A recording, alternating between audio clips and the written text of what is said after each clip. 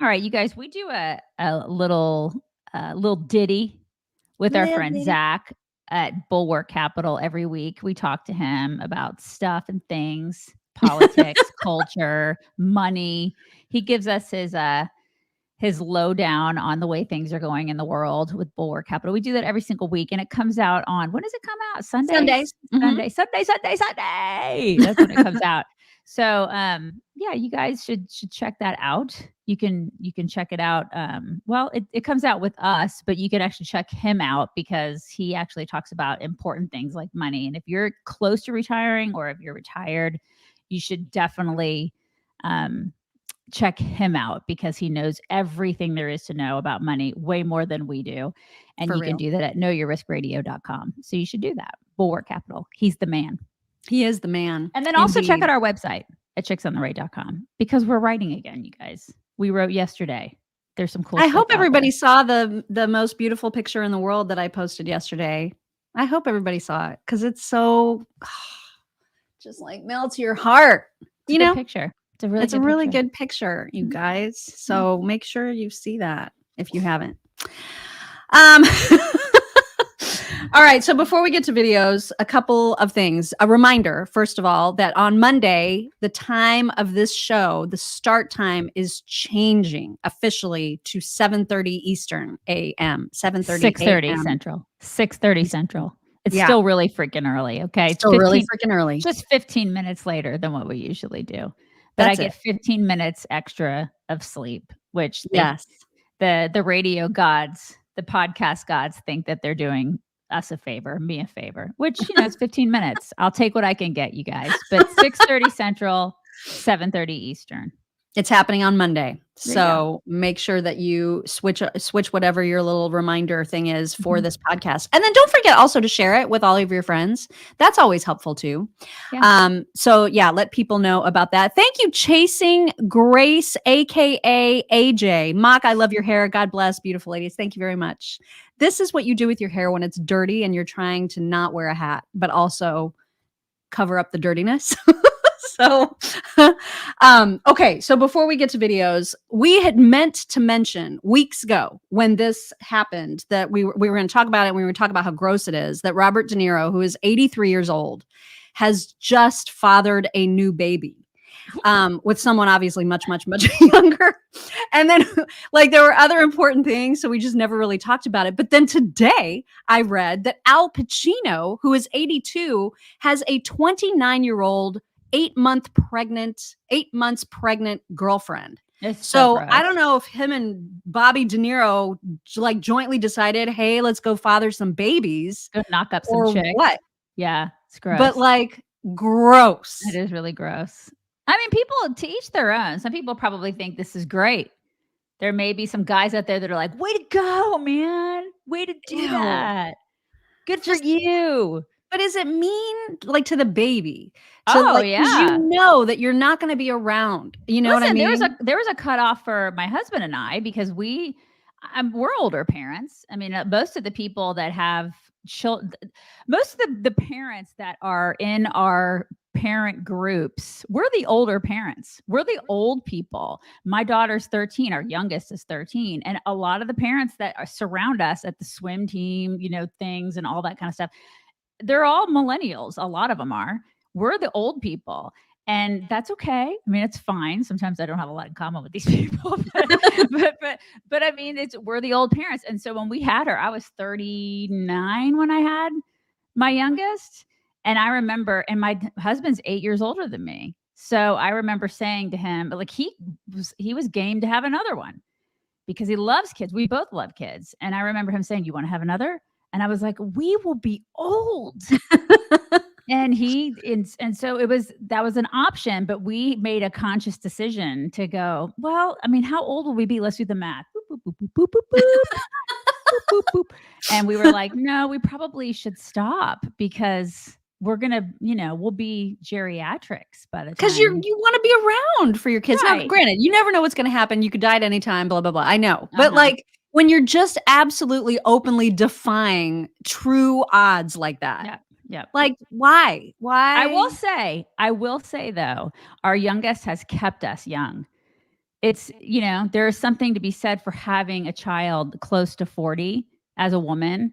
My youngest has kept me young, and we have raised her a little differently than we did the older ones. We're a lot more laid back. You know what I mean? It's like you're a little bit more Yeah, but chill as you're an older still parent. there's a huge Like, difference between 40 I and 82. totally. Like, I think that the chill factor is probably a lot more it's way different when you're 82, because you're not chill. You're comatose. You know what I mean? I You're mean, like, just right, you can't, it's totally totally can I different. and I Yeah, just it's can't gross. imagine being I mean, I'm obviously way older than 29, and Yeah. I think it would be gross to date Al Pacino. Like, Oh my god, personally, yeah. like, I think he would be way too old. You know what I Mhm. mean? That's just Yeah. not I don't wanna marry someone the age of my dad. What Yeah. is that? That is gross. Yeah, I mean, and I'm judging. you should be calm, and you should be, like, enjoying your grandkids. You should be, like, wanting to be in a different phase of your life than having a baby. I just can't imagine that. So, I I don't know, it's weird. To each their own, but that is freaking weird, and you're not gonna be alive for their graduation. So This why is the thing. why would you wanna do Yes, that? I mean, obviously to each his own, but I'm also going to judge you. So, Yeah, that's weird. that's just that. Freaking weird. Celebrities are weird. Speaking of babies and dads, Father's Day is coming up right around the corner. And so, but it's not like so soon that you need to be stressed out, because you know that you've got omahasteaks.com ready at the ready for you to order the father in your life, father figure, stepfather, husband, whoever. The father in your life wants to grill some meat. This is just a fact. It's like, it's science, you guys, and you don't want to mess with science. Okay.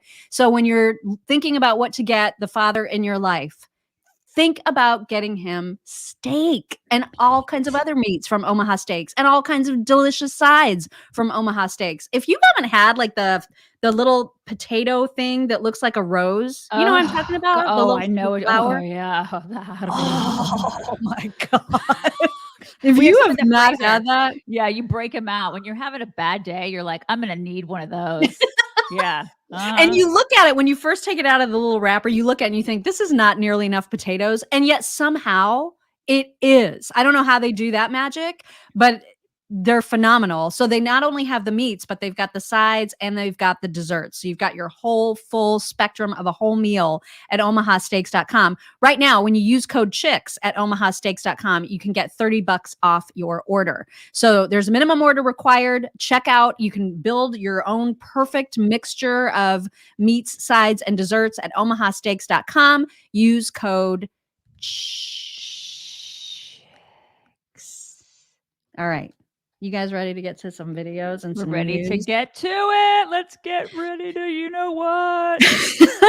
Well, I mean, obviously, one of the big stories still being talked about and debated at great length is the debt ceiling. And tomorrow, it is June 1st, which used to be the drop dead date. Everything was going to be horrible. And then Janet Yellen was like, well, what we meant is that it will be June 5th. And then I think she's even moved that date into like June 15th. I don't even know what the That was a date pretty is good anymore. impression. That was a good impression of the troll. That was good. I mean, she's just a ridiculous person. So now I don't know if there's still an urgency about tomorrow specifically. The vote, I believe, is happening today. And I got to tell you, I listen to so many different points of view about this, and I'm going to share those with you. And I agree with all of them. And so therefore, I don't know. If I were in Congress right now, I have no idea how I would vote, because everybody has such good points on both sides. And so I thought, the best thing to do is just let you hear all of those different viewpoints. And I've got them kind of back to back so that you hear those opposed to the bill first, and then pro the bill, then opposed, then pro. And then finally, at the end, Kevin McCarthy making a very valid point, I will say, about how this debt ceiling negotiation differs from when it was Republicans fully in charge. We're going to kick it off with Byron Donalds, who I know everybody here, including us, adores. Here we go. To my Republican colleagues, do not vote for this bill. I'm telling you right now, your voters back home are going to look at you and say, why did you vote for a bill that keeps all of Joe Biden's policy in place, and all you did was raise the debt ceiling? They're going to tell you, why did you not stand up and demand that they go back to the table and renegotiate this deal? These negotiations happened. Listen, in negotiations, you go through it, you figure out what comes out the other side. But now it's time for the Republican members of Congress to weigh in on these negotiations. That is why I am a no. That is why the men and women behind me are no's. How do we feel about that? Well, I mean, I can see where he's coming from. This is the thing, because I'm kind of like you, like yesterday, you're like, what would you do? And it's like, well, Yeah. I couldn't vote to basically like get rid of myself, because that's what I want to do with I just want to nuke all of these people. You know what I mean? I just hate all of these people. But I couldn't do that if I were in their position. You know what I mean? It's kind Right. of like, I don't, it's like getting rid of my own salary. I wouldn't want to do that. Like, these people constantly bolster themselves, which is what they do. I'm so sick of all these people. I'm so sick of all these people spending my money, which is what the point was yesterday, right? I said they're going to continue to do the same crap that they always do, even though they're posturing and saying, oh, we're going to do this, we're fighting for you. No, you're not. Are you? I mean, I don't know. I do like Byron. I think he's a great guy. And I do think he's fighting for his constituents. I do. Mm-hmm. And the people who are saying no are going to vote no. If that puts us into default state, what happens? What happens to all of us? What does that do to the American people? So do we win? In essence, like in the end, what does that look like for the American people? What does that look like? That's a legit question. It absolutely is. So the next person you're going to hear from is Newt Gingrich. And he, as you know, used to be in Congress. He's the Republican who was responsible for actually putting forth with Bill Clinton a balanced budget for the first time like in ever. And he's gone through these negotiations. So he has a lot of experience with how they work. So here's his perspective. Which was the Biden position of no amendments of any kind, no negotiations, just keep raising the debt ceiling, go business as usual. And you look where over 100 days, the House Republicans, who shocked the country by actually passing a bill that had real change, real reform, real cuts. And the truth is, we are not nearly as well off as we'd like to be, because we didn't have a Republican president to negotiate with, but we're dramatically better off than we would have been if we just rolled over for Joe Biden. So the question, I think, for Republicans, and probably where Congressman Bishop and I have the deepest disagreement, is the consequence of a no vote. I believe, having done this, as you know, in my new book, A March to the Majority, where I explain how we spent 4 years negotiating with Bill Clinton, getting to the only 4 years of a balanced budget in your lifetime. We did it one step at a time. Well, this is the first step. Now, Republicans can decide it's a pretty reasonable first step, not everything they want, but it starts the game towards the balanced budget, towards appropriations this fall. Remember, what McCarthy did was establish a ceiling, not a basement. So you can cut from the ceiling down further. No. It had to be Hannity because he was interrupting him. I swear to God, he interrupts everybody. It drives me crazy. Right. God. So, I mean, Newt has a point, right, where he says this is just a first step. This kind of negotiation towards a balanced budget can take years. He's proof of that. And he made it happen with a Democrat president. And so, this is the problem, is that I'll listen to Byron and I'll be like, yeah, what Byron said. And then I'll listen to Newt and I'll be like, well, but he's got a point there. And so this is a very complicated issue. Now we've got, what's his name? Ken Buck. Talking about not only why he's a no, but why he's such a no that this potentially, I mean, the question is raised, will this cause a vote of no confidence in Kevin McCarthy. Like, get him out. Yeah. Right. And so, there's bigger fish to fry with all of this too. Here's that conversation. On this bill. I am a very strong no, yes. So many Americans over the holiday weekend were probably relieved to learn that there had been a deal struck in order to avoid very real economic catastrophe. If Republicans refuse to vote for this and the U.S. ultimately defaults because McCarthy's not able to deliver the votes, how do you explain that to the American people? Well, first of all, Jake, this bill will pass. Some Republicans will vote for it. Some Democrats will vote for it. It will go to the Senate. It will pass in the Senate. It will be signed by the president. The United States will not default. The devil is in the details in this bill. Republicans are saying that there's a few billion here and a few billion there that we are saving. Only people in Washington, D.C. believe that you can save a few $billions and spend and go into debt $4 trillion more. Amen. When the American people understand that our debt is going to rise to $35 trillion by the end of 2024, they will be aghast that anybody could support this bill. So Congressman Chip Roy, your colleague, Republican from Texas, he today made the strongest threat yet to Speaker McCarthy's gavel. He told conservative commentator Glenn Beck that if this bill cannot be killed in Rules Committee or on the floor of the House, quote, then we're going to have to then regroup and figure out the whole leadership arrangement again, unquote. Are you on that page as well? Would you support an effort to oust Speaker McCarthy? I have not made any commitment. I think it's premature to start talking about the motion to vacate, but it is certainly something when you get a large percentage of Republicans that will not vote for this bill, and at the same time you have the Speaker talking about how it is historic and it's a huge win for conservatives, and we are stopping the out-of-control spending in Washington, D.C.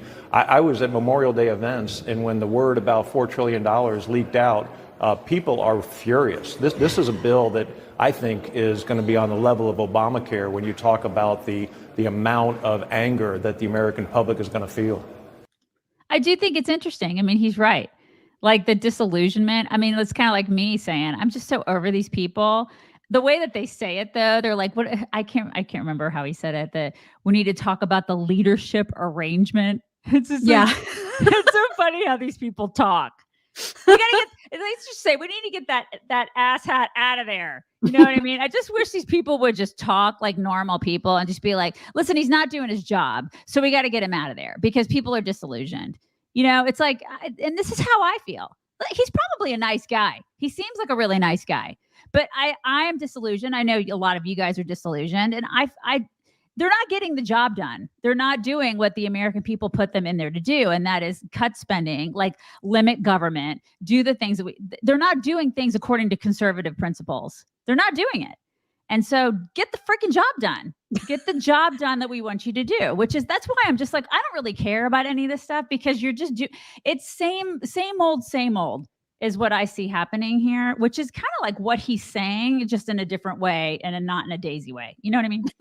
Well, and I'm cynical enough now to think about what he just said earlier in that clip when he was very adamant that he's a strong no, but the bill is going to pass the House, the bill is going to pass the Senate, and we're not going to default. And when he says that so sure, so certain, it makes me feel like anybody who's voting no is doing it because they're posturing and they just want to look good. And they don't actually believe any of the shit that they're saying. Right. And that's how cynical I have become. And you know what I mean? And they want to get reelected.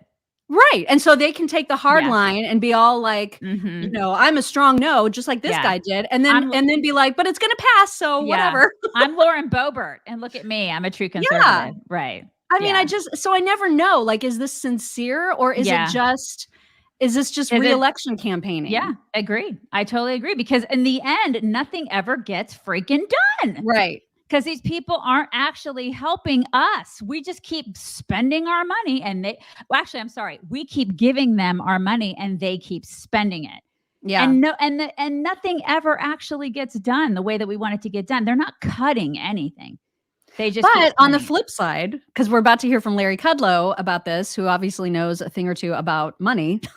On the flip side, Kevin McCarthy has actually figured out a way to cut spending for the first time ever in these kinds of negotiations. And that was even when there was a Republican majority in both houses and we had a Republican president. So, I get why people are so mad at him all the time, but his hands are pretty much tied when it comes to having a divided government. There's only so much he can do. They passed their bill. The Senate wouldn't even take it up. So then what? You know what I mean? Like, he has to move forward. He can't just be like, well, I tried and give up. And so at some point, people have to realize he's doing the very best he can get under really difficult circumstances. Yeah. And so then, then I cut him a little slack. Here's what Kudlow said. FY24, the McCarthy deal reduces substantially below the Biden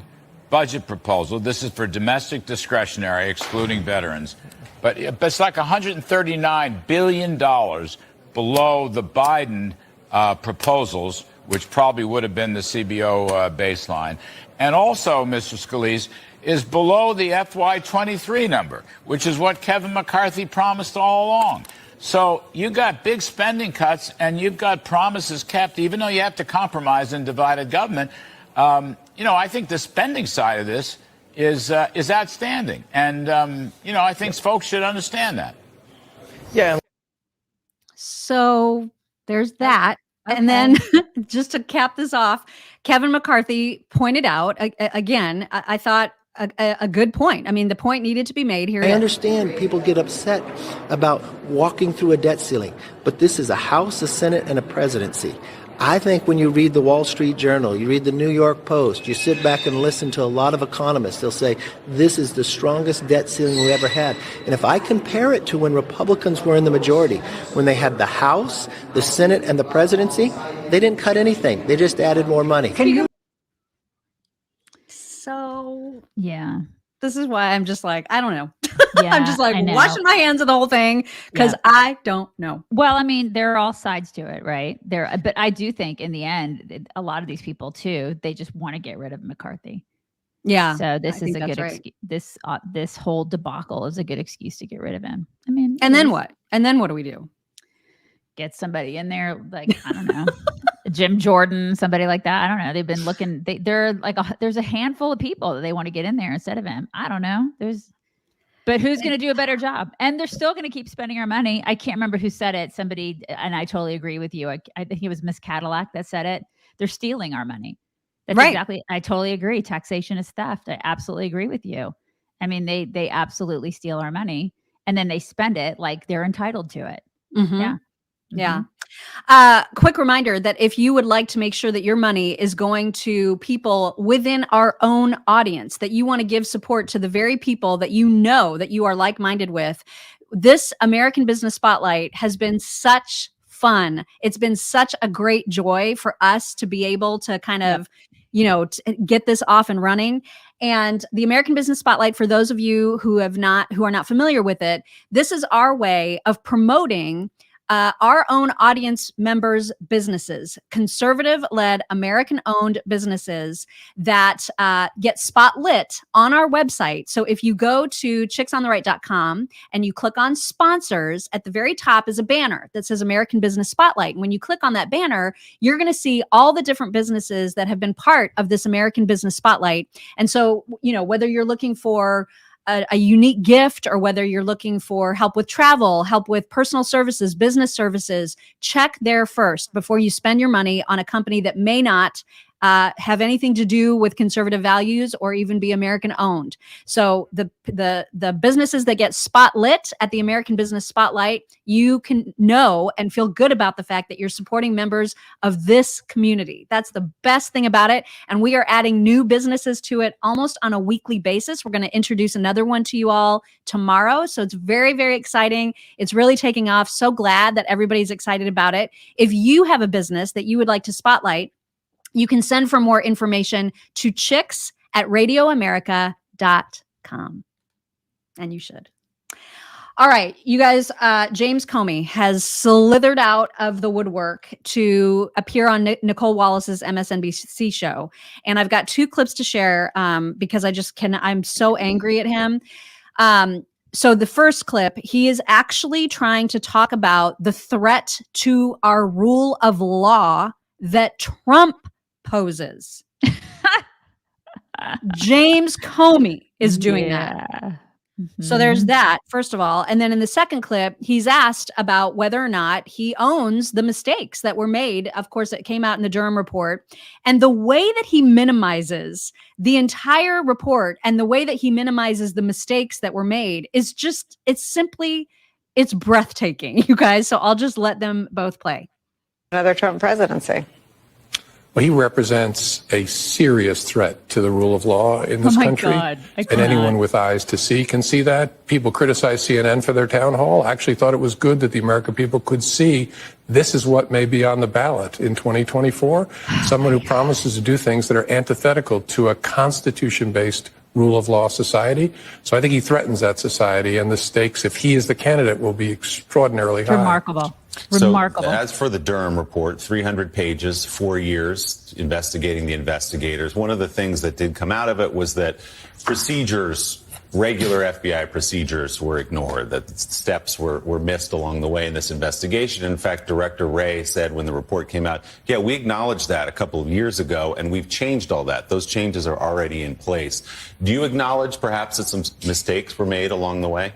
Oh, definitely. And they were found 4 years ago by the Inspector General. So there's nothing new in this new document. Oh, my God. What were some of those mistakes from your point of view? Oh, that the FBI didn't communicate clearly the status of certain sources. They didn't double check certain information before putting it in a court application for a foreign intelligence wiretap, and a bunch of others. And so do you believe now, as some of these politicians call for defunding of the FBI, that has been corrected and that now the procedures are in place to avoid those kind of mistakes in the future? I think so. But in complex investigations, there's always going to be mistakes. It doesn't mean the FBI is incompetent, honest, and independent. So, Director, with some distance now from your time there with that investigation and everything that came into that 2016 election, are there things that you wish you had done differently? Oh, plenty. I mean, plenty of small things. In the main, I think the FBI did it in the right way during a very difficult time in 2016. So the attack. Oh, my God. Did you see the Chiron? It said provides no evidence. The report provides no evidence. Like, they already set it up to be like, oh, it was a big sham. The Durham report was a big sham. These people, oh my God, it's just astounding. It's remarkable. And did you notice how he referred to the FBI as they? Yeah. And not we, when he was like, they did this, they did that. Dude, you were in charge. You were in charge. You were the head guy. You were the head liar is what you were. Yeah, he lied. Oh my God. He lied, and he still lies. And he's still driving the narrative that everything was on the up and up. He was a Democrat. He still is a Democrat. He's a raging liberal, and he had an agenda, and he was driving that agenda the whole time he was there. He's basically just trying to make it sound like the mistakes that were made were just paperwork. Like clerical. Yeah. Yeah. It's all just clerical. I mean, it was just like a little document here or there. It was no big deal. I mean, it's like, it just happens all the time. It happens all the time. When we go, we just ruin people on purpose. It happens all the time, you guys. When we interfere with elections, it just happens all the time. Thank you, Amy Floyd. Amy says he's had work done. I think, yeah, it's possible. Well, he's been, you guys know that he like sits on his moss and does yoga and crap like that. He's Mr. Hippie guy. He's like Mr. Self-care guy now. Yeah. He'll talk about his like meditation and stuff like that on his Instagram page. He's that dude. So stupid. Kamala gave the commencement address at West Point over the weekend. And you guys, even though there is in existence, and I think we've even shown a bunch of it here before, there is a 3.5 minute long montage of all the different times that she has spouted off that ridiculous favorite line of hers about seeing what can be unburdened by what has been. You know how, and we've made fun of it because it's just weird. Like, it's gotten to the point where it's just weird how much she says it. She did it again in that speech. Look at this. And so as I look out at you, I know that you will build on that leadership because, of course, your generation grew up online. Technology that might be intimidating or unfamiliar to other generations, to you is exciting and intuitive. You see what can be unburdened by what has been. Oh my God. And you have the agility and the ability to bring that potential to life. As someone who It's just amazing. Why, if you listen, I'm sure you guys know people that went to West Point. Why on earth would they have her speak at the commencement? Why would they do that? On what planet is that a good idea? Seriously. Maybe they just always have the vice president do it. Maybe I don't know. I don't know. But like I don't maybe that's think why. so. Is that something that they do? I mean, seriously, I just can't. I think Pence gave the address, and so maybe it's just a thing. Is it a thing? Is that a I thing, don't you know. guys? Because that just seems like I just don't. If I were a West Point graduate, I would just be like, why is she? I don't. She's not going to give me any valuable advice for going out into the world. She's not. She's a terrible, terrible person to do that. Wow. Like, doesn't her husband hear that? Like, how is no one that loves her saying, you know what, ixnay on the whole Erdend unbay? Like, just stop already. Like, it's too much. And you're starting to sound ridiculous. How is nobody telling her that? Yeah. I don't get it. Somebody said that Trump gave the address. Trump actually gave the address, what, a couple years ago or whatever? Yeah. If Trump gave it, then it's not a vice president thing, obviously. So I just feel like she was a terrible, it's awful that she's recycling words and she's an idiot. We all know she's a freaking idiot. But I cannot believe that they chose her of all people. I mean, they might have, they could have chosen a gajillion other people, like somebody who's in the military, for crying out loud. Yeah. Somebody who actually served and like has a resume that would be, I don't know, somebody honorable that can get up on that stage and speak to those graduates, but not her. It's just mortifying. Yeah. And it's bad when this chick, whose name I never remember, the blonde chick on The View, is actually saying that she's kind of had enough of Kamala and the way that she delivers speeches, that it makes her cringe.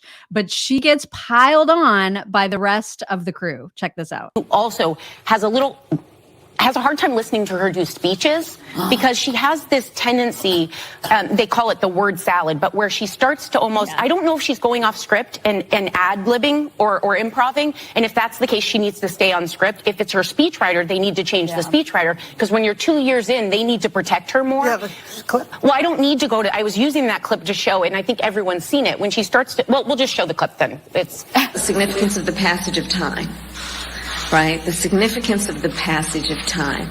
So when you think about it, there is great significance to the passage of time. We got to take this stuff seriously as you are, because you have been forced to have to take it seriously. During Women's History Month, we celebrate and we honor the women who made history throughout history. She's reading a prompter. If she's reading a prompter, they need to immediately fix that. You are the vice president of the United States. The administration and the president are responsible for protecting her. I would add that as a lawyer, you're generally told when you're speaking that you speak in threes, because that's what people remember. So if you're going to talk about a car, you talk about the car, the red car, the fast red car. So I think what you just But you don't saw use the definition in the word in the definition. So I think a part of that is that. But that is how she tried to defend it. Oh my God. I mean, they just will go to any link. Any link to like just support and defend this woman, this complete idiot. And then she went on. I don't know if are you going to be talking about? You're going to play the racist thing. Yeah, because you can't criticize Kamala on actual substance. You apparently, just because we can point out the fact that she uses the same ridiculous phrase over and over and over again, we can't say that about her without it being a sexist, racist argument, even though it's clearly not. If anybody was saying that, we would make fun of it. Mm-hmm. But this is how Sunny Hostin spins it. She's not really been able to do either. And I feel like she hasn't broken through on major policy accomplishments. No. And she will, fairly or unfairly, be the most scrutinized vice president in history because she's running with the oldest president running for president. And she's also a black woman. But I think you have to be able to fairly critique the vice president of the United States without just saying it's the color of their skin or the fact she's a woman. But it is part of it. What makes you say that? Well, we're in the United States of America. Well, like with like someone like me saying it, do you think I could have a legitimate policy of it's not you. It's just we're in the United States of America, and black women, and this is just not me saying it. I mean, there have been studies. Black women are considered less articulate. They are considered uglier. They are considered all of these things beautiful, by this country, and it's because of the history, of course, of misogyny and But it's also sexism. just women. I mean, Jerry Ferraro back in the day ran for vice president, and they went after her too. And that's the misogyny part. But when you mix the misogyny and the racism, I'm sorry, it's extra. It's a little extra. It's a little extra. It's a little extra. I mean, it's extra. I just think they can't stop. Who's sick of that? I'm seriously. It's like I watch that and I just think, God, it is just constant. They just harp and harp and harp on that. And listen, if she would actually do her job, she was tasked with doing the border stuff. She didn't do jack squat. Yeah. If she actually did some of the things that she was tasked with doing, then people wouldn't say that she's completely incompetent and over her head in this job. And we would give her maybe just like a shred of credit for being able to do the job. She can't do this job. Right. She can't. She sucks at it. She's terrible. They put her, they said, okay, she checks some boxes. Let's put her in this job.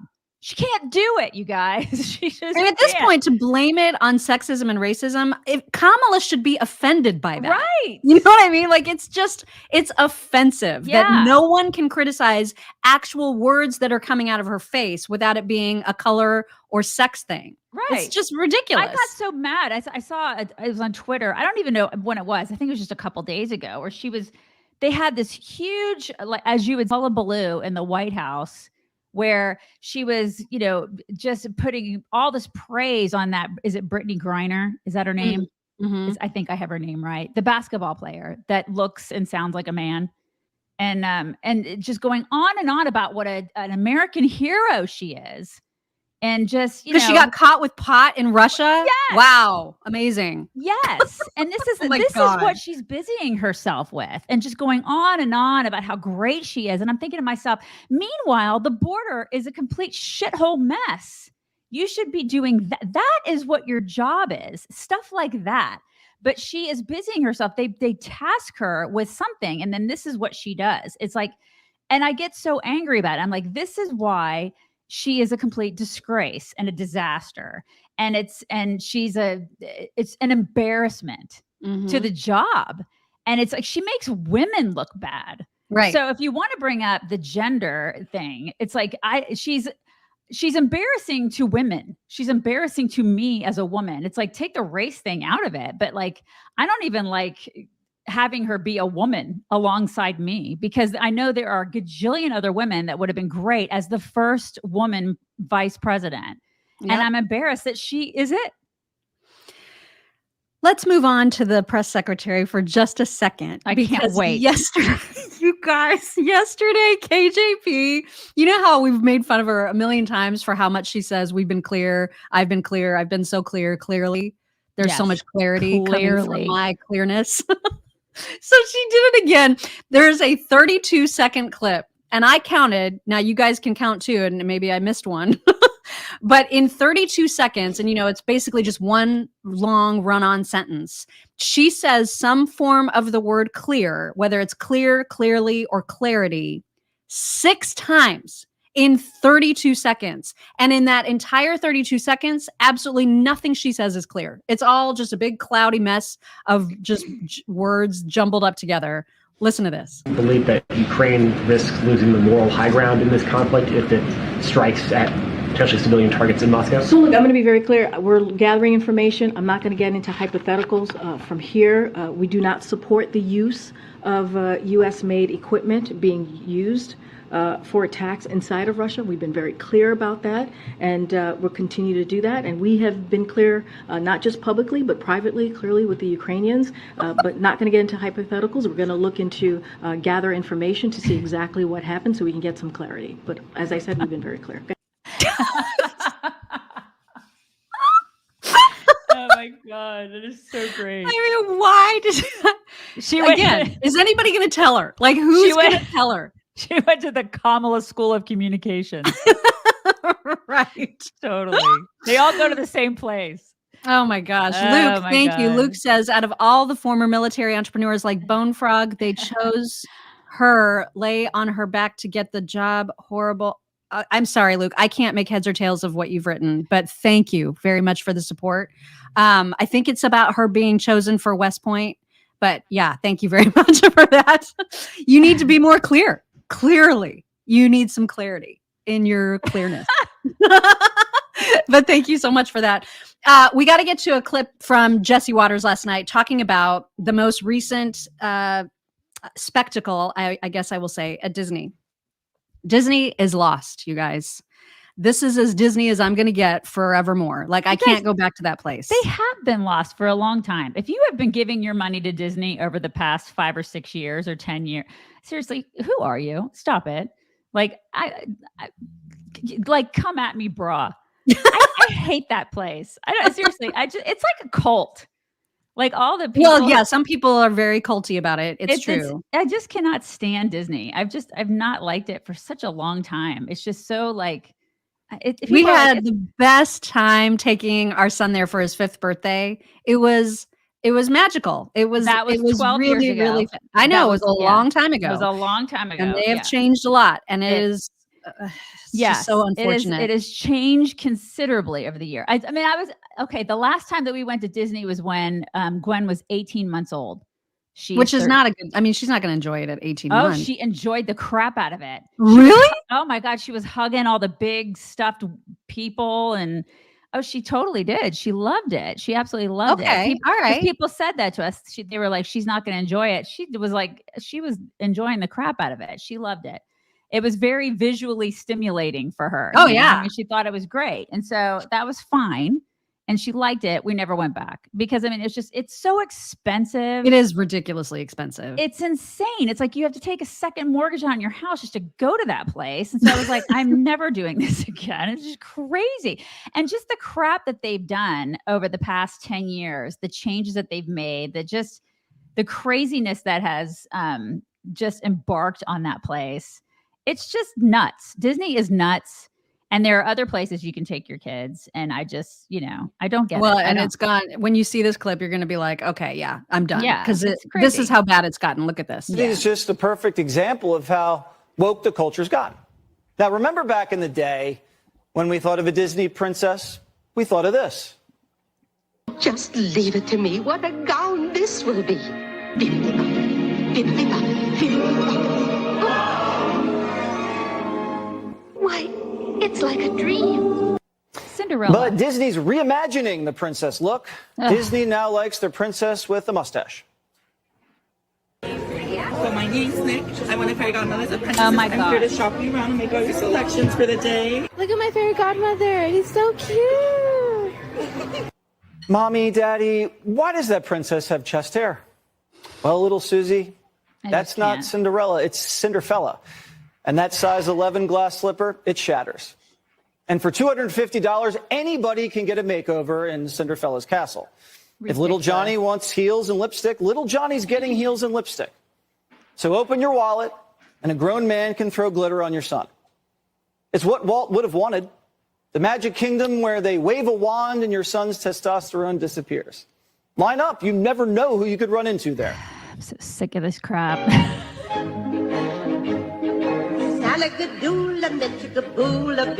Of course. And when you ride Splash Mountain, don't forget to rock your Tuckum swimsuit. Target has you covered. Surprised he's not wearing his Burberry suit because he's in it every single day. I swear, I'm so sick of this crap. And this is the thing with this whole community. It's just like, I don't know why conservatives are so mad about the trans community. It's because you keep shoving it down our throats. We never hated trans people. It wasn't like I never said, listen, you can't be trans. I'm against trans anything. It's just that stop taking it and shoving it in my face and shoving it in my kids' faces. Like, right. I don't want you shoving it all up in their faces and telling them that, and putting it at Disney. Like, what is that? Why would you do that? Why would Disney get on board Because with it's this? inclusive. It's bullcrap. This is craziness, you guys. It's Yeah. crazy. I mean, this is where, like, with the Target stuff, you know, people were boycotting Target. What I worry about is that people will boycott, you know, they'll stop for like a week and then they'll go right back to where they were and start shopping at Target again and be like, oh, it's no big deal. And then Target will suffer no consequences. Same with Disney. It needs to be sustained. It needs to be sustained. The problem is that we're running out of companies to actually shop from, which is, again, I would just remind you to check the American Business Spotlight. Right. Because like all the companies are going, whoa, because they're getting the pressure with their, you know, credit, like their social credit standing. I mean, they're getting so much pressure. China, because we're freaking China now. This is the thing. It's just, I cannot with this. This is unbelievable. Yeah. Disney. We have to talk about Kayleigh McEnany for a minute. That's the reason for my name today, Kayleigh McEnany. And Kayleigh, I think most everyone, I would hope, who is conservative, who is a Republican, who is both, would agree that there is just very few people that did a better job as press secretary than Kayleigh McEnany. Like, she was phenomenal, right? Sarah Huckabee Sanders was pretty good. She was also very good. She was also very good. But I mean, Kayleigh, man, she's literally the person that started with the Notebook, right? Yeah. Only she was way better at it than KGP. Like, She she actually- knew her stuff. She would flip right to where she needed to be, and she was ready. She actually all the should time. she should be a Disney princess. And she could be a Disney princess. Yeah, like that's they should make her. She was one. amazing. Yeah. And she was so good at deflecting, defending, getting Trump out of trouble when he would sometimes put himself in trouble. There was no one better at taking care of some of his self-imposed messes than Kayleigh McEnany. No one better. And I would be very surprised to find anybody in here that would disagree with that. And so I'm pissed and like, I'm really pissed. And there's a lot of people pissed on Twitter right now at Trump's latest attack, which I don't care how much you love him. You're going to have to explain to me how this is defensible, because Trump is now attacking her because she gave a wrong stat on Fox yesterday about how far ahead he is in the polls from DeSantis. Like, I forget how many points he says he's ahead. She gave him less aheadness, but like, it was still the fact that he's mad at her for this and completely, utterly disowning her, essentially, is so juvenile and so unbelievably, what a betrayal for her. I feel very protective of her about this, because she did such a good job for him. And yet this is what he decided to say about her. He's calling her milk toast. I'll just read it in case people are listening and not watching. Kayleigh Milquetoast McEnany just gave out the wrong poll numbers on Fox News. I am 34 points up on DeSanctimonious, not 25 up. While 25 is great, it's not 34. She knew the number was corrected upwards by the group that did the poll. The rhinos and globalists can have her. Fox News should only use real stars. Oh my God. I mean, I don't care if you support him. This is not okay. Yeah, I saw her speak. It was probably, gosh, a year and a half ago here in Waco.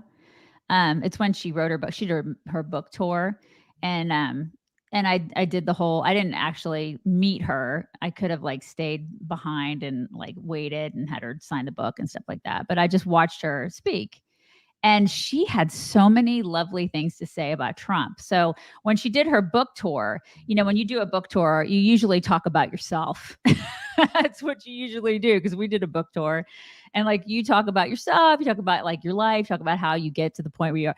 And she did a lot of that. But she talked a lot about Trump, because people wanted to hear about that. You know, the crowd wanted to hear about like her experiences with working with Trump. And they wanted to hear a little bit about him and what it was like to work with him personally. So she gave some personal anecdotes about him, and they were lovely. She didn't have to do that, you guys. She didn't have to. She could have just talked about herself and her family and her professional career and like all that kind of stuff. But she chose to say really nice things about him, and give, you know, some personal stories about him and what a nice man he was. And, you know, like I said, she didn't have to do that. And so I thought it was, this is this is especially icky to me because it's sort of like my mom, it's like the burning bridges thing. My mom always used to say, you don't want to, when you go from job to job and stuff like that, you don't want to burn bridges. Yeah. This to me is sort of that. I mean, granted, I know he was her employer essentially, but it's that. It's like, it is not taking the high road, and I think she will take the high road. I think she totally will. But he is burning a bridge with somebody who did such tremendous work for him. And she's not being negative about him. No, like she's been completely gracious, and it's unbelievable to me that he would attack her. But the thing is that he has attacked so many people that he chose. And so at some point you would think he would realize, hey, maybe it's me. I'm the problem. It's me. Maybe he would recognize that all of these people have some insight about working with him, and they're all starting to fall away from him. What does that tell him? It tells him apparently that if you don't lick his ass, he's going to attack you. And that's gross. That is just gross to me. And so I mean, he's done things already that I just find utterly shameful, but this crossed a line, and the reaction on Twitter is bad. Like the people that were all in for him are like, why are you doing this? You know what I mean? It's just really unnecessary. Yeah. And there was no way we couldn't talk about it today, because it's like absolutely all over social media. Yeah, that's just, listen, she is genuinely a decent person. Yeah. And I don't think she would do anything malicious to him. This is just a freaking poll number. That's all it is. And she gave him a lot of good years of work. I mean, oh my God. I mean, yeah. Yeah, and I'm sure he wasn't. Yes, Patty, I'm sure it's from him. It's on his Truth Social, and I'm sure, and it sounds just like him. So listen, and I'm sure it's not easy to work for him. Right? I'm sure that was it was a tough gig, and some of the anecdotes she told about just her job in general. That was not an easy job, you guys. It was not easy. I mean, she took a lot of daggers for him. So, I mean, this is just. Wow. Talk about, the loyalty thing. She was very, very loyal to him. And oh my God. During all that time that she worked for him. So, I mean, it's just not okay to do that. It's not okay. It's just icky. Yeah. This has nothing to do with anything, but I thought it was super interesting. So when my family was here visiting, just a couple weeks ago, my sister and I went to Crown Hill Cemetery here in Indianapolis, and it's a beautiful, beautiful. It's like one of Indianapolis's most beautiful places. It's just park-like, gorgeous, gorgeous cemetery, and some really famous people are buried there. Kurt Vonnegut, for example, is buried there, and also our 23rd president, Benjamin Harrison. And so we went and visited his gravestone, and there's an Alexander Pope poem excerpt on his gravestone that it just struck me, and I thought, we got to talk about this, because in the excerpt, in case it's too hard to read, it said, "Statesman yet friend to truth, of soul sincere, in action faithful, in honor clear." And the whole part that stuck out to me was where it said, "Statesman yet friend to truth." And I thought, what an interesting word that they chose. Yet back in the day, right? Like this is in the 1800s that he was president. And yet back then, we had we have people calling someone a statesman, and yet even though they're a statesman, a politician with experience, they also believe in truth. Yeah. What does that say about politics in general? Back then, even it's like they were snakes back then. Yes, that's because I was just looking at that going, wow. And then the fact that they would put it on a gravestone, and I know his is not the only gravestone of a politician that includes that excerpt. So people find it to be like this great character statement, but really that word is not pretty interesting. Yeah. So basically, even back then, they were a bunch of jerks. They were a bunch of lying, snaky jerks. That's really wow. Like that really stuck out to me. That is very, very interesting, Mock. Yeah. Isn't that crazy? So I just had to share it, because I was like, I can't be the only one that notices this when they visit the gravestone. Yeah. It's like everybody's a good person until they become a politician. Yeah. And then you become a giant snake. We've seen it happen. Yeah. It's incredible. Uh-huh. Yes, I would love to do a show where I don't insult Trump if he stops insulting people needlessly. I would love that. How about you ask him that question? How about you ask him if he can run a campaign without insulting somebody? Because I wouldn't if he didn't. So I feel like it's fair game at this point. We have to show this clip from back in the day. This is 2019. Okay, 2019. Bill Maher had Dennis Prager on his show, and they were talking about woke things or whatever. And Dennis Prager was talking about how you can't say that men can't menstruate without getting into some trouble. And Bill Maher practically laughed in his face. So again, remember just how fast of a culture shift there has been. It is 2019 to now. And I think if Bill Maher saw this clip today, he would be like, holy shit. You know what I mean? I'm sure Bill Maher has seen this clip. I'm sure that somebody has pointed it out to him and been like, you see? I would love for him to comment on it. Yeah. Bill Maher has even seen, he is even commenting more and more on these issues, and he thinks it's bat crap. He does. I mean, he understands that the shift in culture is crazy because he's a classical liberal. Things are different for classical liberals than they are for these crazy whacked out progressive liberals. It's totally different. Classical liberals are more like us. Yeah, for sure. I mean, there's definitely some more common sense, right? Yeah. And so the reaction is just what's so funny, because I think today Bill Maher would lead a segment on how crazy this is. He has led segments about this. Right. But in response to Dennis Prager, it's just a whole different time, just 4 short years ago. Check this out. Men can menstruate is a lie, and that is what is said. Yes. Wait, where did that? You've never heard it, right? Okay, check it out. Anyone who says a man cannot menstruate is considered transphobic. I missed this whole story. You did? I did. I agree. No, tell me where are you getting this? Just Google it. Can men menstruate? Who is saying this? You're talking about a very small percentage. Oh, really? Dennis, I remember you in the old show. You were a little more reasonable. What did I say that wasn't unreasonable? You said that we think that men menstruate and no one does. We never even. Have you heard about it? I'm a doctor. I missed that one, I confess. And this is one of the premier reporters. I mean, he knows everything. These people are very. He's a doctor. Okay. He's one of the great. I would make a friendly bet that the LGBTQ normative statement is men can menstruate. Yeah, and that's the normative statement now, right? I mean, this is what they're saying right now. So what was it? What's that guy? What's his name? Rowan? No, the journalist, Mia Farrow's son. Ronan Farrow? Ronan Farrow. Yeah. Did you see? He was like mocking him. He's like, I'm a real journalist, so this guy doesn't know what the heck he's talking about. So, I mean, whatever. He's going to eat crow. Well, now 4 years later, here we are. I mean, isn't that amazing? How and if you say otherwise, you're transphobic. So we're there. Imagine what the world's going to be like in 4 years from now. Oh my God. Where we're and imagine you would get, before Elon took over Twitter, that was grounds. I mean, saying that men can't menstruate was grounds for getting your account wiped. Right. I mean, that's how insane things were before Elon. Like, thank God we have one platform where we can actually say things that are true without fear of retribution. Getting shut down. But I mean, how long will that last? I don't know. Then again, in 4 years, we're probably all going to be killed by robots. His robots. Yeah, exactly.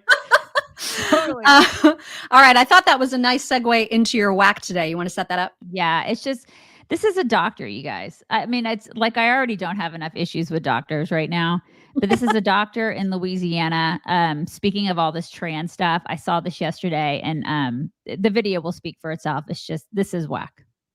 Hey y'all, it's Dr. Tiffany. Hope you're doing well. I need your help. With the recent laws taking effect in Alabama and the ongoing war against trans individuals in Texas, many places in Texas have stopped doing gender-affirming care, and Alabama has ceased entirely because they don't want to go to prison for 10 years. Anyone who can make it to Shreveport from those two areas is always going to find safe harbor here, 201 Market Street in the heart of downtown at Urgent EMS. I am Dr. Tiffany Nyberg. I'm a board-certified physician, been in practice for 18 years, and I will take care of you. I do gender-affirming care. Anyone who sees this, who knows people in Texas, please share this with them. If you know people in Alabama, please share this with them. Safe harbor is here. I've got your back. So, and I do pediatrics, okay? I love you. Stay safe. That individual looks like, first of all, it looks like it's in a trailer. Did you see like the, I mean, I'm not going to lie. It just looked like it was in like a wood paneled trailer. So that's a little bit disturbing. But 18 years that person's been a doctor.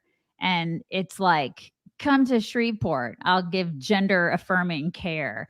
Pediatric gender affirming care. Yeah, because there's a hospital here in Austin here, because I live in Texas. There's a hospital here in Austin where a bunch of doctors, I guess, were fired because of this whole, gender affirming care stuff. And people are freaking out because, this is like becoming a thing now, right? This whole gender affirming care. Basically, they're doing sex change operations on kids, right? So this is all becoming a thing now. So all these doctors like, oh my God, we got to make sure that we can give sex change operations to kids. This is a thing now across the country. You get on Twitter and you see these doctors. These are MDs. That individual is an MD, like Dr. Tiffany. What Bill Maher would have said about her 4 years ago, or him 4 years ago. Yeah. What would Bill Maher would be like denying that this existed 4 years ago? Mm-hmm. Now it's big money business, man. Right. Money. I know. This is the thing. And then what's going to happen to those kids in 10 years, 12 years, 15 years after they get this stuff done? I know. Then God. what? Well, a lot of regret. Yeah. I mean, a lot of regret. There's so many people that I see all over social media, detransitioners, who are just filled with regret. Yeah. We're going to have more and more of that. I mean, with this now more than ever, because this is becoming such it's a social contagion. You and I have talked about that. And so more and more kids are doing this. And now we're going to have a bunch of adults walking around in 15, 20 years that are, talk about mental illness, you guys. Holy cow. Yeah. Wait for it. It is time for some good. We got to have some laughs. Yeah. It is time for some MyPillow talks, and you can get your MyPillow 2.0 version at buy one, get one rates. So if you buy a MyPillow 2.0 with the temperature regulating technology, you're going to get another one for absolutely free, no matter what size you get, at mypillow.com/chicks. Save a bunch with that code, by the way, on all of their products. Chicks at mypillow.com/chicks. Should I show the cat that I want you to get? Yes. You guys, tell me how much Daisy needs this cat. She wants me to get this cat, you guys. I don't know if it's kind of cute. Kind of. It's a cute This is cat. the greatest cat on the planet. I feel like, listen, I would be, I think I need one of those hairless cats because then I wouldn't be allergic. No. Yeah. I'm being serious. Don't get a hairless cat. I think I need a hairless cat, you guys. Strict fur policy. You know this. I can't be around that. I mean, that's a cute cat, but there's a lot of hair on that cat. I feel like my allergies would be. I love this cat's ears so much. Oh my God. It's a bunny cat. It is a bunny cat. It's a bat. It's a bunny cat. It's cute. It's so precious. What kind of a cat is that? Anybody know? A Maine Coon cat. Oh, okay. It's a Maine Coon cat. All right. Also, look at these boxers. It's so funny. I love them. Boxers are awesome. God. Somebody needs to remix that and set it to music. I'm surprised nobody's done that. So cute. Boxers are so awesome, you guys. Oh my God, I love that so much. Now, the other day, we showed the guy who was very, very upset about this toxic friend of his to whom he said, "See you later, alligator." And that friend did not give him an after a while crocodile. Yeah. Friendship was over at that point. You gotta reciprocate, right? Yeah, totally. He was very upset about it. And since then, he has been sent a multitude of suggestions about other responses that toxic friend could have given him, many of which I have not heard, but plan to use religiously henceforth and forthwith. So I thought you guys may need to know these too, so that you don't become one of those toxic friends. We are not friends anymore. Because after I said, see you later, alligator, and then you didn't say anything, I didn't get my after a while crocodile. I told you, we're not friends anymore. You're toxic and you need to grow up. And then after I posted that video, all of my beautiful over 400,000 followers let me know that this isn't just a cultural thing that happens in Atlanta. It's all over the world. And there's tons of phrases you could have said. You could have said, gotta go buffalo, see you soon raccoon, be sweet parakeet, take care polar bear, in a shake rattlesnake, toodaloo kangaroo, outdoor dinosaur, on the bus octopus, in an hour sunflower, anytime porcupine, plant you now, dig you later, bye-bye butterfly, nice wagon, you fire-breathing dragon, love and peace, chicken grease, peace out, Girl Scout, hang loose, Canada Goose. You ain't say none of that. All you gotta do is rhyme. All you gotta do is just say 2 things that rhyme, and I would have been fine, but you don't care about me because you're toxic and you need to grow up. All of them are good. All of those were really good. Right? I love those. I love them so much. Love and peace, chicken grease. Those are good. So great. So here is how Dalmatian is putting up with his new younger sister screaming at him. When your little sister won't stop screaming at you. Oh my God, that's Coda. That's Coda.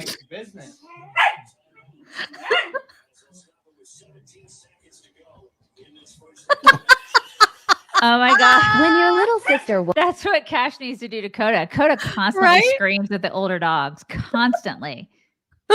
Yes. Oh my God, I love that. Also, if you've ever thought about flying on an airplane with one of your dogs, you can. And I have proof. Really? A Great Dane? Oh my God. Ash! John, lick it.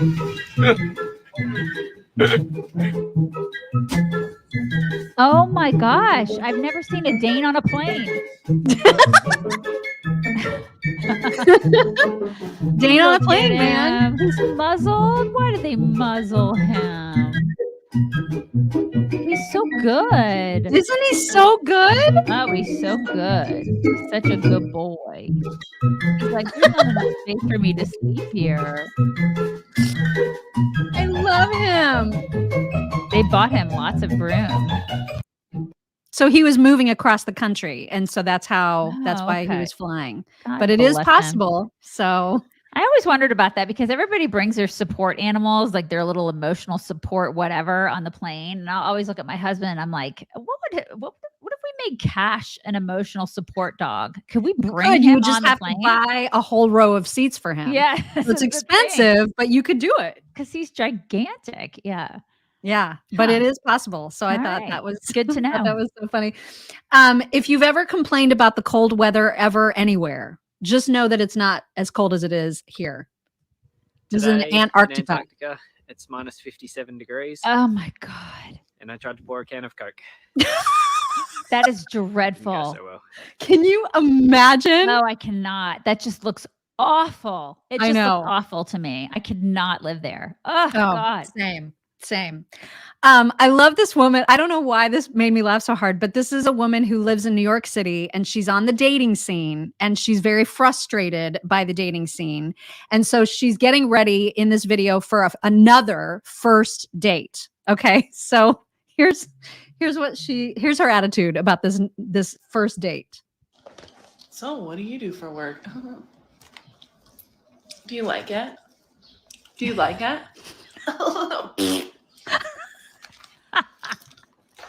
How many siblings do you have? Oh, you have a lot. You have a lot.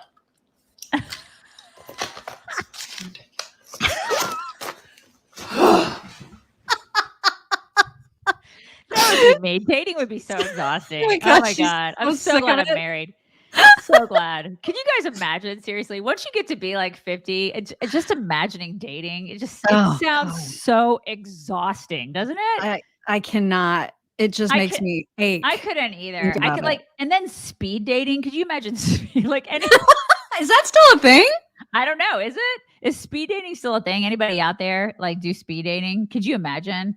I just couldn't. I would just be the worst dater right now. I'd be the worst at it. Because I would be like her. I would be like, how many siblings do you have? What's your job? I'd be like, fill out this form. Here's a questionnaire. I can't deal with you. Just fill it out. Whatever. God. I know we've played this guy that mocks the Kardashians before. In this video, he's mocking what happens on every Big Brother or any like reality show where a whole bunch of people have to live in the same house together. Yeah. And they talk about how hard it is to live in the house together. So this is him making fun of that. And I just love it. How have you been doing in the house lately? This house has been like really, really difficult to like be in. The house is difficult for sure. And like, I'm just getting like really, really tired of being in the house. Dude, like if I'm being honest, like I thought being in this house was going to be easy. I thought it was going to be easy to be in the house. It's not easy to be in this house. Like not only is it like difficult to like be in this house, but like, dude, let's be honest. Like this house is difficult to be in. Yeah, for sure. It's so what the Kardashians is. We should make an alliance. That show is so... Well, I feel like you're the only person in this house that I can trust. We're just going to be honest for a sec. Like, this house is already difficult to be in. Yeah. And like, I don't know how like, an alliance would play out. What are you guys talking about? No, we're just talking about talking, like, yeah, just like the house and stuff. In the house, yeah. Do you guys feel like it's like really hard to like be in this house? Nope. No, like, not really. No, it's pretty chill. Yeah. Oh my God. It's exactly what those shows are. Right? Everybody is so effing stupid in this country. It's because they watch those dumb shows and they're like, oh my God, it's riveting. It's riveting. Oh my God. Okay, 2 more and then that's it. First of all, I know you're going to relate to this. If you are the kind of person that just randomly, for absolutely no reason whatsoever, wakes up wide ass awake in the middle of the night and you cannot turn off your brain, I'm guessing it looks something like this. I need to schedule blood work. I wonder if I remember how to do CPR or the Heimlich.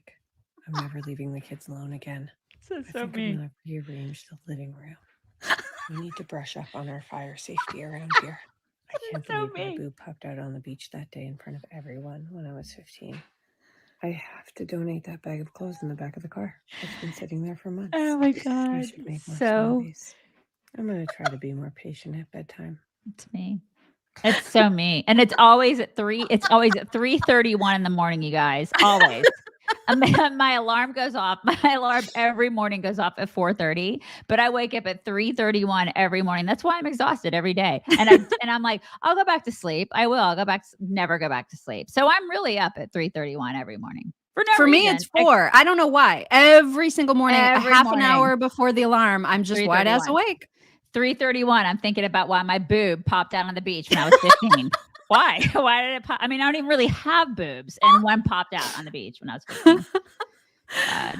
Okay, last one for today. This is from Full M House, who's one of my most favorite accounts to follow. This couple, they laugh harder and more than any couple I've ever known ever. And I don't know, I'm the kind of person, maybe this is not you, but I'm the kind of person who, if somebody is dying laughing, I'm going to laugh. Their laughter makes me laugh. And so they've decided to do this challenge. I think that they just made up, where they're trying to sneeze. They're trying to like tickle their own noses to the point that they need to sneeze, and then to sneeze with their eyes not closed, which is, I think, impossible. It's impossible. But she somehow manages to sort of do it. And then he tries to do it. And it is the most hilarious. I've watched this a million times and I laugh so hard every time. Look. Come on.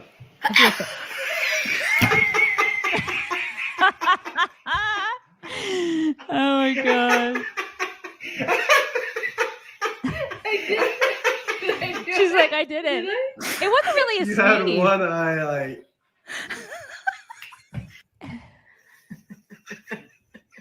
I was a home kid. I'm really scared. He's crying. He can't do it. He can't. He can't.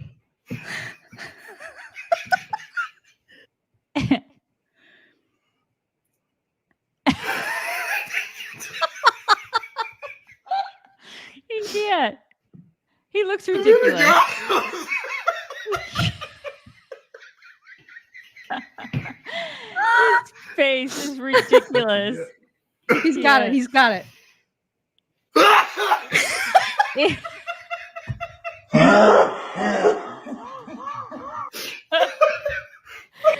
Oh my God, his face. He did it. I think he did it. Oh my God. It wasn't really like my sneezes are so loud and just they're so gigantic. You can find me like on the other side of a store. It's like my mom's are the same way. Yeah. I have a wolf sneeze too. I have a giant wolf sneeze. Mhm. They're huge. Like those people had dainty sneezes. I just love them so much because every video of them is of them cracking each other up to that degree where they're like absolutely wheezing with laughter and it's silent because they're laughing so hard. Yeah. I just love that. So love great. it. So great. Anyway, those are your talks for today. Okay, you guys, we're going to bring it in. We're bringing it in. Oh my gosh, we're bringing it in. Oh, look, are you up? Come here. You didn't even have to throw anything at him. Yeah, he got up. He saw me hugging myself and he wants to hug. He wants to Oh, it's so flappy. So flappy. You wanted the hugs. Can I give you a Maisie update really fast? Yes, give us a Maisie update. I had to take her back to the vet and she has an ulcer on her eye. What? And so that's why it's been so goopy and like so red. And so now she has special drops that she has to get 3 times a day. And they might have to put her back under. I have to take her back tomorrow afternoon to see how she's doing. And then they might have to do more things to her. She is the most expensive dog. I love her. You know what? My God. Rescues are always expensive. I know. They are. Gosh. It's like they're very high maintenance rescues. Oh man, my poor Maisie. Very expensive. Are you a good boy? You want to say goodbye one last time to everybody? You got to put your head up and say goodbye. Say goodbye. Handsome. Look. So handsome. Okay. Say I got a droopy face. You guys, he's saying tell Maisie that Cash says hello. I will.